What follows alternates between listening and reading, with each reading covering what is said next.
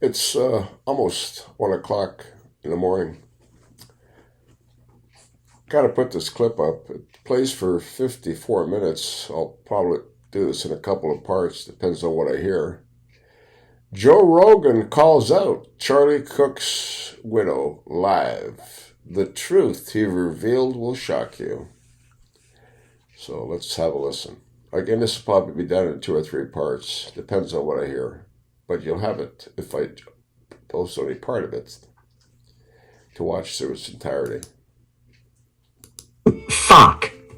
Late night podcast segment, Joe Rogan broke his silence and exposed Charlie Kirk's widow, accusing her of being one of the most manipulative people he's ever heard stories about. The moment Rogan said it, his studio went silent. You could feel the tension hanging in the air. You wouldn't believe what I've been told about her, Joe said, leaning forward into the mic. It's dark, it's calculated, and it's not what people think. Within hours, that single clip flooded the internet, Twitter, TikTok, Reddit, everywhere. Hashtags like hashtag Rogan exposes Kirk and hashtag Charlie Kirk widow scandal trended globally. Fans were confused. Critics were furious. And insiders. They claimed this wasn't just a rant, this was Joe Rogan finally revealing what the conservative world had been whispering about for months. Screenshots began to circulate. Leaked messages. Emails off the record texts between Kirk's closest friends all suggesting something sinister. You've probably never seen this before. Ad just popped up. Stupid ads.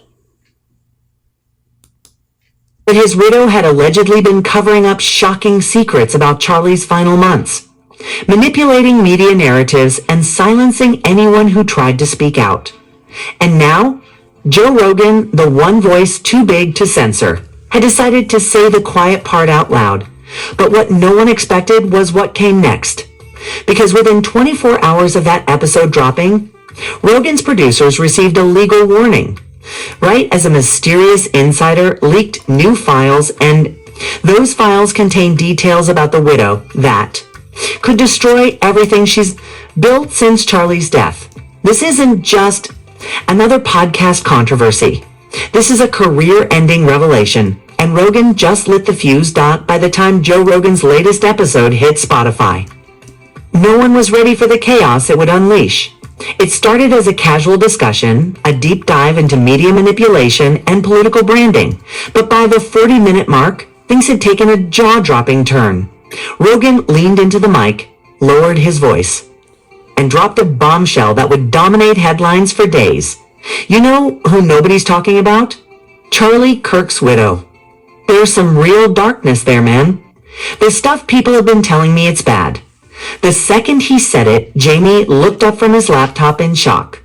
Even his co-host tried to laugh it off, muttering, "Wait, are you serious?" But Rogan wasn't joking. The tone in his voice was pure conviction, the same tone he used when he exposed Hollywood agents, tech billionaires, or corrupt politicians. That's when fans knew this was serious. For years, Charlie Kirk had been a lightning rod in American politics, controversial, polarizing, loved and hated in equal measure. His death had been tragic and sudden, a story that shocked both fans and critics. His widow, once seen as the grieving, soft-spoken partner, had stepped into the spotlight after his passing, taking over his foundation, giving interviews about protecting his legacy, and becoming a major voice in conservative circles. But according to Rogan, that perfect image was a facade, one built on manipulation, money, and calculated moves that even Kirk's own friends had started questioning. Rogan hinted that several of Kirk's former allies had reached out to him privately, claiming the widow wasn't who she pretended to be.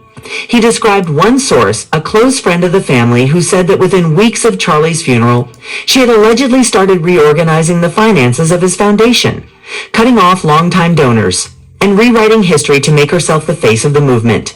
"It's the coldest thing I've ever heard," Rogan said. "You lose your husband, and within a month you're calling accountants and replacing his board members. That's not grief. That's strategy." Immediately, social media went nuclear. Hashtag Rogan exposes Kirk hit #1 on Twitter within hours. YouTubers started clipping the segment, adding dramatic titles like Joe Rogan just ended Charlie Kirk's widow live on air and Rogan drops. Shocking truth about conservative queen. Reddit threads appeared with headlines like, "Who is Joe Rogan talking about?" And "Did the widow really hijack Charlie's foundation?" Anonymous accounts claim to have screenshots of internal emails, where she allegedly ordered staff to delete archives of Kirk's original speeches to protect the brand. And then came the insiders. A former Turning Point USA volunteer, calling himself Patriot Tex, posted a long Twitter thread claiming he had worked directly under Charlie's widow during the transition period. His posts described her as ruthless, power-hungry, and emotionally detached. He alleged that she had fired multiple long-term employees and replaced them with influencers loyal only to her. Charlie built a movement. She turned it into a brand, he wrote. And every time someone questioned her, she'd remind them that she was Mrs. Kirk, like that gave her divine authority. The tweet went viral instantly. Within hours, Patriot Tex claimed his DMIs were flooded with similar stories. People who said they'd been erased from the organization's history after challenging her leadership. That's when Rogan dropped part 2 of his revelation during a follow-up segment with comedian Tim Dillon. He said one of his producers had received audio messages from a source claiming to have worked directly with the widow. In those recordings, she allegedly said things like, "Charlie was the face, but I was the brains, and even worse. His death gave me a second chance to rebuild the movement the way I always wanted." Tim Dillon looked visibly stunned. "That's ice cold," he said. Rogan nodded gravely. "She's got people afraid to talk. That tells you everything." From that point, the story spiraled. Every news outlet wanted a piece of it. One simple... Another ad popped up. I'll get rid of it. Some dismissed it as Rogan stirring controversy, while others claimed his accusations lined up with rumors that had been circulating for months in conservative circles. Then, out of nowhere, a journalist named Maya Stokes, who had covered Turning Point USA years earlier, resurfaced on X with her own take. "I interviewed the widow twice in 2023, off camera. She was nothing like the woman she pretends to be. Controlling, dismissive, paranoid. It was chilling." Her tweet reignited everything. Suddenly, media watchdogs started digging up every public appearance the widow had made since her husband's death, every interview, every podcast, every Instagram post. People noticed inconsistencies. In one video, she spoke about keeping Charlie's mission alive, but in another, she hinted that the future of the brand was about modernizing and rebranding, conservative influence. Fans realized she never referred to it as his foundation. She called it hers. Clips of her smiling at gala dinners just months after the funeral began circulating. Commenters compared them side by side with Rogan's statements. "She doesn't look like a grieving widow." One commenter wrote, "She looks like someone running a campaign." And then came the fake leaks, or maybe they weren't fake. A collection of leaked texts began spreading across Telegram channels, allegedly between the widow and her PR manager. In them, she supposedly said things like, "We'll shift focus from his message to mine. People follow faces, not philosophies. And if they keep bringing up his old clips, remind them I'm the one in charge now, whether real or fabricated." The texts fit perfectly into Rogan's narrative, and fans ate it up by this point. The story had grown beyond a simple feud. Rogan wasn't just calling out hypocrisy. He was painting a picture of a woman who had allegedly used her husband's death as a springboard to power. And now, her empire was being shaken from the inside, but behind the scenes, something even darker was brewing. Because as Rogan's episode spread, one of his producers received a mysterious email from a private address.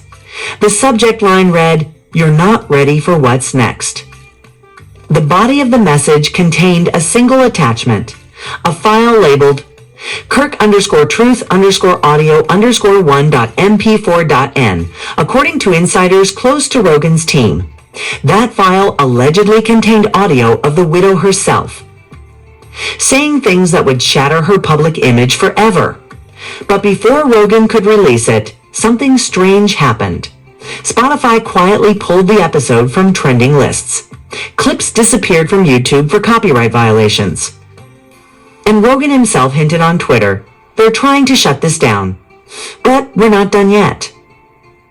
The war had officially begun, and this time the target wasn't just a public figure. It was the powerful machine behind her. By the next morning, the story had evolved into a full-blown political thriller. Twitter, Reddit, and YouTube were ablaze with conspiracy theories, speculation threads, and self-proclaimed insiders claiming to have the real story behind Joe Rogan's accusation. But while everyone was arguing online, something quietly monumental was happening. Behind the scenes, Rogan's team had started verifying that audio file. Sources close to his producers described it as unnervingly clear. A woman's voice almost certainly. Charlie Kirk's widow speaking, casually on what sounded like a speakerphone call. The topic, not grief, not legacy, but money and manipulation. "They'll keep donating as long as I keep using his name," the voice said, calm and measured. "It's marketing. I'm protecting the brand." When Rogan heard it, he reportedly leaned back in his chair and muttered, "Jesus Christ." His producer, Jamie, asked if it was real. Rogan's answer was immediate. "Oh, it's real. And if this gets out, she's done." That was the moment he decided to go public. During the next episode of the Joe Rogan Experience, he spent the first 10 minutes dissecting what he called grief-based branding. He didn't name her directly at first. He didn't have to. The tone, the context, the clues it was obvious who he was talking about. By the time he played a redacted snippet of the leaked call, the internet was already losing its collective mind. The clip sent shockwaves. You could hear her voice say, "The board's loyal to me now. They'll vote how I tell them. Charlie's old friends don't matter anymore." It wasn't shouting or a jit. It was calm, clinical detachment. And that calmness is what made it terrifying. Within minutes, reaction videos flooded the web.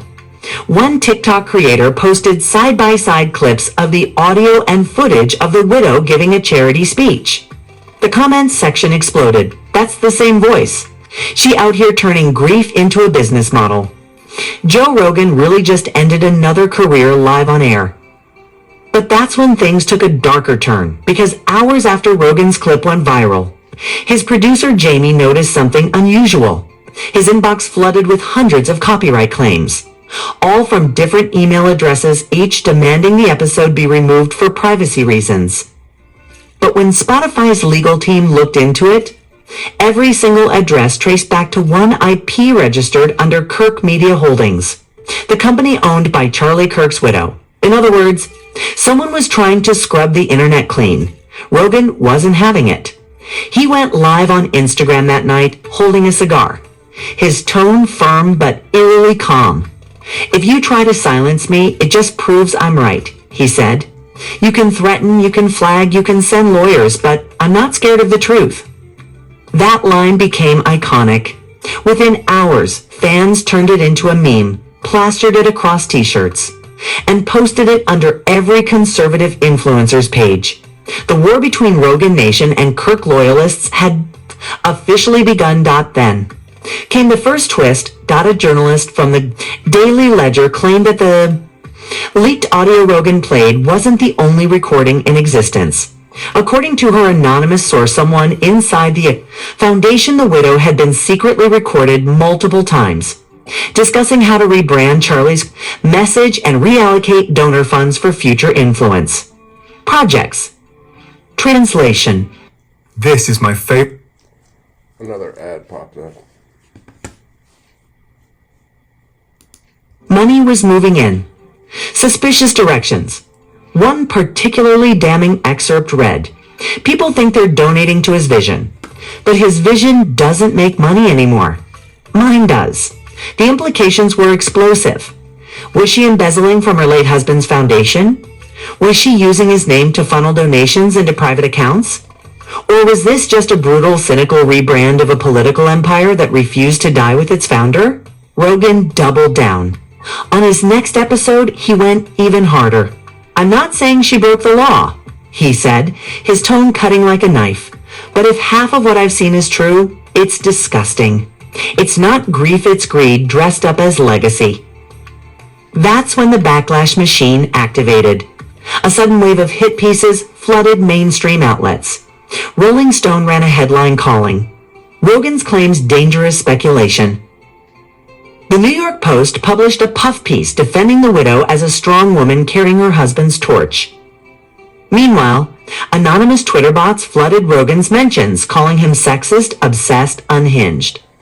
To Rogan's followers, it all looked coordinated. And maybe it was because a day later, a hacker group calling itself a non-truth released a screenshot from a private PR Slack channel belonging to Kirk Media. The messages showed executives brainstorming ways to smear Rogan's credibility. One line read, label him anti-women. Push the narrative that he's attacking widows. Frame it as misogyny. It was pure reputation warfare. But just as her defenders tried to drown out the scandal, Rogan's allies came to his side. Comedian Andrew Schultz said on Flagrant, "If Rogan's this confident, it's because he's sitting on nukes. Trust me, he doesn't throw stuff out without proof." The speculation hit a fever pitch when the Daily Ledger dropped its next article. Source confirms audio files include mentions of political donors and shadow payments. The widow allegedly referenced high-profile figures, politicians, CEOs, influencers, all tied to a complex network of funding between the foundation and several media subsidiaries. It wasn't just about her personal greed anymore. It was about power, money, and influence. If those connections were real, it wasn't just a scandal, it was a political powder keg. And then, out of nowhere, Joe, Rogan's Spotify episode vanished. No warning. No statement. Just Gone fans accuse Spotify of censorship. Hashtags like hashtag Bring Back Rogan and hashtag Spotify Silences Truth started trending. Within hours, Rogan posted a cryptic message on Twitter. They pulled the episode. Legal reasons. I expected this. But behind closed doors, sources claimed Rogan had received a cease and desist from Kirk Media Holdings threatening a multi-million-dollar defamation suit if he didn't retract all false statements instead of backing down. Rogan hired his own team of lawyers and went on the offensive. He announced an emergency live stream on YouTube titled "The Truth They Tried to Bury." Over 3 million people tuned in, and that's when the first twist exploded into public view. Halfway through the stream, Rogan played another snippet of the recordings, but this one was different. It wasn't about money. It was personal.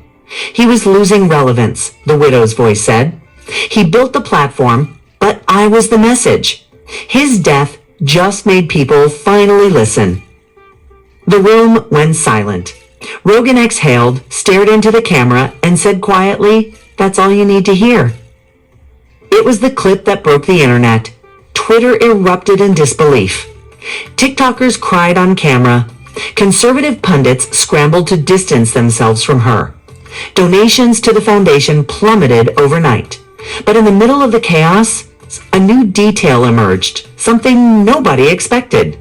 According to an anonymous whistleblower, the recordings weren't leaked by enemies. They were leaked by someone inside her own circle, someone who used to be her closest ally. And when? Rogan's team confirmed that the metadata on the audio file came from an encrypted email belonging to one of her personal assistants. It became clear this wasn't a random leak. This was a betrayal from within. The war had just become personal, because now, Charlie Kirk's widow wasn't just fighting Joe Rogan. She was fighting the people who had once worked to protect her and the next round of leaks. Those wouldn't just ruin her reputation, they could ruin entire careers. It's tied to her husband's empire. The next 48 hours were pure digital chaos. Screenshots, podcasts, reaction videos, and think pieces flooded every timeline. Joe Rogan's live stream had detonated the conversation. But the fragments were still flying in. No one knew what was about to get hit next. while the widow's lawyers fired off cease and desist letters to every major platform. Another shadowy account appeared online. Its handle @TruthUndone. Its bio read simply, "I was there." At first, people assumed it was another troll riding the wave. But then the account began posting never-before-seen photos from inside the foundation office's meeting notes. Donor charts, fragments of internal memos. The timestamps matched the period after Charlie Kirk's death. One note scrawled across a whiteboard. Read, transition. Replace legacy message / build personal brand / secure new funding model. That'll be the part 1. Obviously, I'm going to do part 2. If this is real, how do you think J.D. Vance feels now? He's destroyed his entire career. I mean, the whole thing's insane. Stand by for part 2. And thanks for listening.